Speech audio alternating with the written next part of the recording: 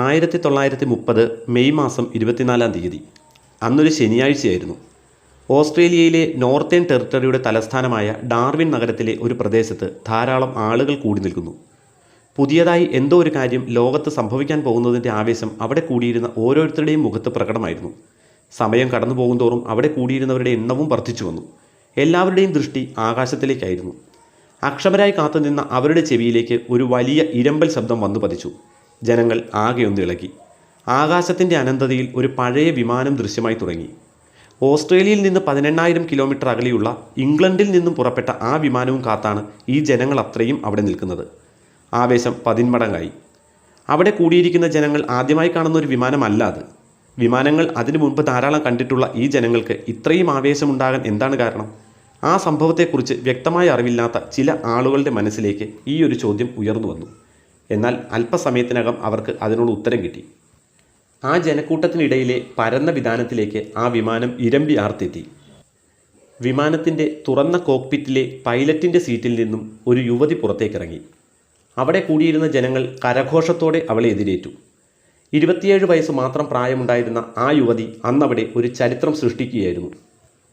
ഇംഗ്ലണ്ടിൽ നിന്നും ഓസ്ട്രേലിയയിലേക്ക് ഒറ്റയ്ക്കൊരു വിമാനം പറത്തിയ വനിത എന്ന ലോക റെക്കോർഡ് സ്ഥാപിച്ചുകൊണ്ട് ആ വിമാനത്തിൽ നിന്നും പുറത്തേക്ക് വന്ന ആ യുവതിയുടെ പേര് ആമി ജോൺസൺ എന്നായിരുന്നു.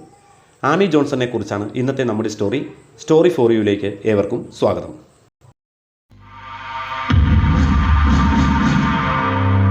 1903 ജൂലൈ മാസം 1-ാം തീയതി ഇംഗ്ലണ്ടിലെ ഹൾ എന്ന സ്ഥലത്ത് വില്യം ജോൺസന്റെയും ആമി ഹോഡ്ജിൻ്റെയും 3 പെൺമക്കളിൽ മൂത്തവളായിട്ടായിരുന്നു ആമി ജോൺസന്റെ ജനനം.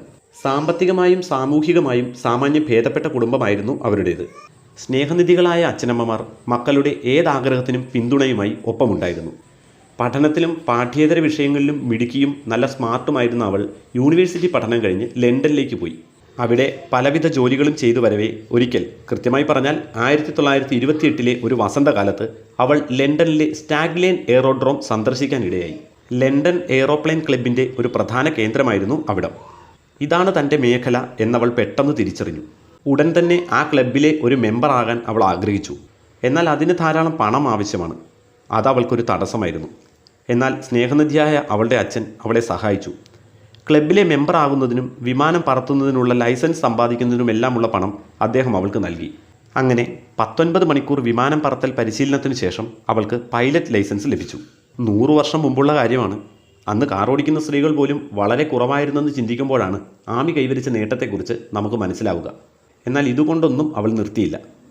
5 മാസത്തിനു ശേഷം ആ ക്ലബിലെ ചീഫ് മെക്കാനിക്കായ ജാക്ക് ഹംഫ്രിയുടെ ശിക്ഷണത്തിൽ ഗ്രൗണ്ട് എഞ്ചിനീയേഴ്സ് ലൈസൻസും ആമി നേടി. അതായത് വിമാനങ്ങൾ റിപ്പയർ ചെയ്യാനുള്ള ലൈസൻസ്. എങ്ങനെ അവളത് നേടാതിരിക്കും? കാരണം ഹംഫ്രി അവളെ വിശേഷിപ്പിച്ചത് അവളൊരു ബോൺ എഞ്ചിനീയർ എന്നായിരുന്നു. അതായത് ജന്മനാ എഞ്ചിനീയറായ വ്യക്തി എന്ന്. നമ്മൾ ബോൺ ക്രിമിനൽ എന്നൊക്കെ പറയാറില്ലേ, അതുപോലെ. വെറും 290 കിലോമീറ്റർ ആയിരുന്നു അക്കാലത്ത് ആമി ഒറ്റയടിക്ക് വിമാനം പറത്തിയിട്ടുള്ള പരമാവധി ദൂരം. അതായത് പരിചയസമ്പത്ത് വളരെ കുറഞ്ഞ ഒരു പൈലറ്റായിരുന്നു ആമി അപ്പോൾ. അങ്ങനെയുള്ളപ്പോഴാണ് അവൾ ആ അതിസാഹസികമായ ഉദ്യമത്തിന് പുറപ്പെട്ടത്. ഓസ്ട്രേലിയക്കാരനായ ബെർട്ട് ഹിംഗ്ലർ ഇംഗ്ലണ്ടിൽ നിന്നും ഓസ്ട്രേലിയയിലേക്ക് 15.5 ദിവസം കൊണ്ട് ഒറ്റയ്ക്ക് വിമാനം പറത്തി റെക്കോർഡ് സ്ഥാപിച്ചിരുന്നു. ആ റെക്കോർഡ് മറികടക്കുക എന്നതായിരുന്നു ആമിയുടെ ഉദ്യമം.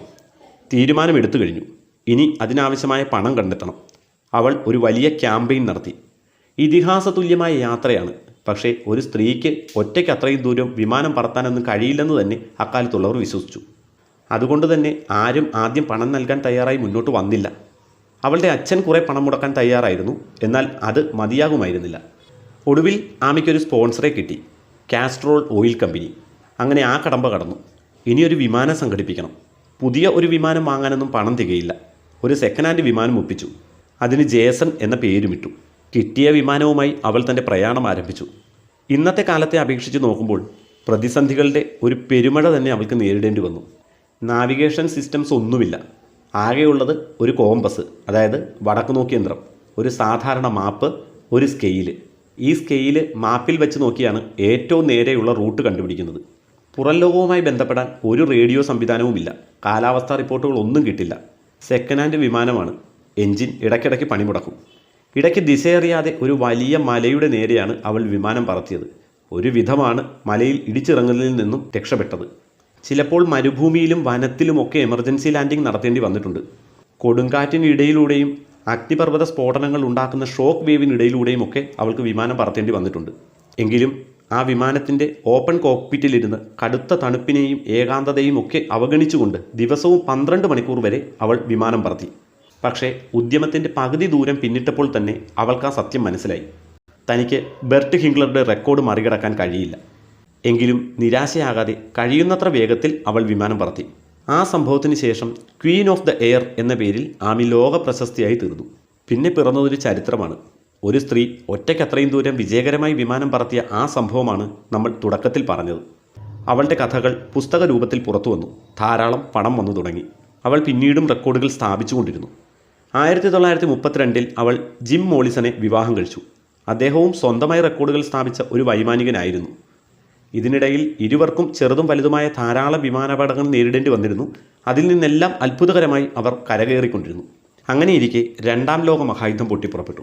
മറ്റു പൈലറ്റുമാരെ പോലെ തന്നെ ആമിക്കും പട്ടാളത്തിൽ സേവനമനുഷ്ഠിക്കേണ്ടി വന്നു. നേരിട്ട് യുദ്ധത്തിൽ പങ്കെടുക്കേണ്ടതില്ലെങ്കിലും യുദ്ധത്തിനാവശ്യമായ വിമാനങ്ങൾ രാജ്യത്തിൻ്റെ വിവിധ സ്ഥലങ്ങളിലേക്ക് എത്തിക്കുക എന്നതായിരുന്നു അവളുടെ ജോലി. അവളത് നല്ല രീതിയിൽ തന്നെ ചെയ്തിരുന്നു. എന്നാൽ ഒരു ദിവസം മിലിറ്ററി ഉദ്യോഗസ്ഥനായ ടോം മിച്ചലിൻ്റെ വാക്കുകൾ കടമെടുത്ത് പറയുകയാണെങ്കിൽ 1941 ജനുവരി 5 തേംസ് നദിയുടെ മുകളിലൂടെ ഒരു വിമാനം പറക്കുന്നത് കണ്ട് അവർ അതിലേക്ക് ഒരു റേഡിയോ കമ്മ്യൂണിക്കേഷൻ സ്ഥാപിച്ച് വിവരങ്ങൾ തിരക്കുന്നു. യുദ്ധസമയത്ത് അത് സ്ഥിരമായി നടക്കുന്ന ഒരു സാധാരണ നടപടിയായിരുന്നു. എന്നാൽ അവർ 2 തവണ ആവശ്യപ്പെട്ടിട്ടും 2 തവണയും ആ വിമാനത്തിൽ നിന്നും തെറ്റായ സീക്രട്ട് കോഡാണ് അവർക്ക് ലഭിച്ചത്. ശത്രുവിമാനമാണ് അത് എന്ന് തിരിച്ചറിഞ്ഞ അവർ അതിനു നേരെ 16 റൗണ്ട് വെടിയുതിർത്തു. അതിൽ ചില വെടിയുണ്ടകൾ ഏറ്റത് വിമാനത്തിൻ്റെ ഇന്ധന ടാങ്കിനായിരുന്നു. വിമാനത്തിൻ്റെ ഇന്ധനം മുഴുവൻ പുറത്തേക്കൊഴുകി. വിമാനം ആടി ഉലഞ്ഞ് പറക്കാൻ തുടങ്ങി. അതേസമയം തേംസ് നദിയുടെ അഴിമുഖത്തുകൂടി നീങ്ങുകയായിരുന്ന യുദ്ധക്കപ്പലുകളുടെ ഒരു വ്യൂഹത്തിലുണ്ടായിരുന്ന ചിലർ ആ കാഴ്ച കണ്ടു. ഒരു വിമാനം കടലിലേക്ക് തകർന്നു വീഴുന്നു. അതിലെ പൈലറ്റ് ഒരു പാരച്യൂട്ടിൽ താഴേക്ക് ചാടുന്നു. വെള്ളത്തിലേക്ക് വീണ പൈലറ്റ് ഒരു സ്ത്രീയാണെന്നും അത് ആമി ജോൺസൺ ആണെന്നും അവർ തിരിച്ചറിഞ്ഞു. സഹായത്തിനു വേണ്ടി അവർ നിലവിളിക്കുന്നുണ്ടായിരുന്നു. ഉടൻ തന്നെ ലഫ്റ്റനൻ്റ് കമാൻഡർ വാൾട്ടർ ഫ്ലെച്ചറുടെ നേതൃത്വത്തിലുള്ള HMS ഹാസിൽമേർ എന്ന കപ്പൽ അവളെ രക്ഷിക്കുന്നതിനായി അങ്ങോട്ട് പുറപ്പെട്ടു. കപ്പലിലുണ്ടായിരുന്നവർ അവർക്ക് നേരെ കയറുകൾ എറിഞ്ഞു കൊടുത്തു. ഒന്നിലും പിടിക്കാനാകാതെ ആമി കപ്പലിനടിയിലേക്ക് ഒഴുകിപ്പോയി. ചിലർ കടലിനടിയിൽ ഒരു ശരീരം പോലെ എന്തോ ഒന്ന് കണ്ടു. അത് ആമി ആയിരിക്കുമോ? അവർക്ക് സംശയമായി. കാലാവസ്ഥ വളരെ മോശമാണ്. കടലിൽ വലിയ തിരമാലകളുണ്ടായിരുന്നു. അതിരൂക്ഷമായ മഞ്ഞുവീഴ്ചയും കൊടും തണുപ്പും. ഇതൊക്കെ ഉണ്ടായിരുന്നിട്ടും ആമിയെ രക്ഷിക്കുന്നതിനായി ഫ്ലെച്ചർ നേരെ കടലിലേക്ക് ചാടി. നേരത്തെ കണ്ട ശരീരത്തിനടുത്തേക്ക് നീന്തി ചെന്നു. എന്നാൽ അതൊരു ശരീരമൊന്നുമല്ലായിരുന്നു. അതൊരു തടിക്കഷ്ണമായിരുന്നു. ഫ്ലെച്ചർ കുറച്ച് മിനിറ്റുകൾ അതിൽ പിടിച്ചു കിടന്നു. അപ്പോഴേക്കും കപ്പലിൽ നിന്നും ലൈഫ് ബോട്ടുകൾ അദ്ദേഹത്തിനടുത്തെത്തി. എന്നാൽ ബോട്ടുകൾ എത്തുന്നതിന് മുൻപേ കടുത്ത തണുപ്പ് കൊണ്ട് അദ്ദേഹത്തിൻ്റെ ബോധം പോയിരുന്നു. സഹപ്രവർത്തകർ അദ്ദേഹത്തെ ആശുപത്രിയിൽ എത്തിച്ചെങ്കിലും കുറച്ച് ദിവസത്തെ ആശുപത്രി വാസത്തിന് ശേഷം അദ്ദേഹം മരണത്തിന് കീഴടങ്ങി. ആമി കപ്പലിനടിയിലെ പ്രൊപ്പല്ലറിനടിയിലേക്ക് പോയി എന്നാണ് കപ്പൽ ജീവനക്കാർ പറയുന്നതനുസരിച്ച് മനസ്സിലാക്കിയിരുന്നത്. അവളുടെ മൃതശരീരം പോലും കണ്ടെടുക്കാൻ കഴിഞ്ഞില്ല. അവളുടെ travelling bag, log book, check book തുടങ്ങിയവ തിരിച്ചറിഞ്ഞാണ് അത് ആമിയായിരുന്നു എന്ന് അധികൃതർ സ്ഥിരീകരിച്ചത്. അങ്ങനെ തൻ്റെ 37-ാം വയസ്സിൽ സംഭവബഹുലമായ ആ ജീവിതം ആ സമുദ്രത്തിനടിയിൽ അങ്ങനെ അവസാനിച്ചു. കഥ ഇഷ്ടപ്പെട്ടെങ്കിൽ എല്ലാവരും ചാനൽ സബ്സ്ക്രൈബ് ചെയ്യുക. കഥകൾ ഇഷ്ടപ്പെടുന്ന നിങ്ങളുടെ സുഹൃത്തുക്കൾക്ക് ഷെയർ ചെയ്ത് കൊടുക്കുക. വീഡിയോ ഇഷ്ടപ്പെട്ടെങ്കിൽ ലൈക്ക് ചെയ്യുക. ഇനി മറ്റൊരു കഥയുമായി വീണ്ടും കാണാം. നന്ദി.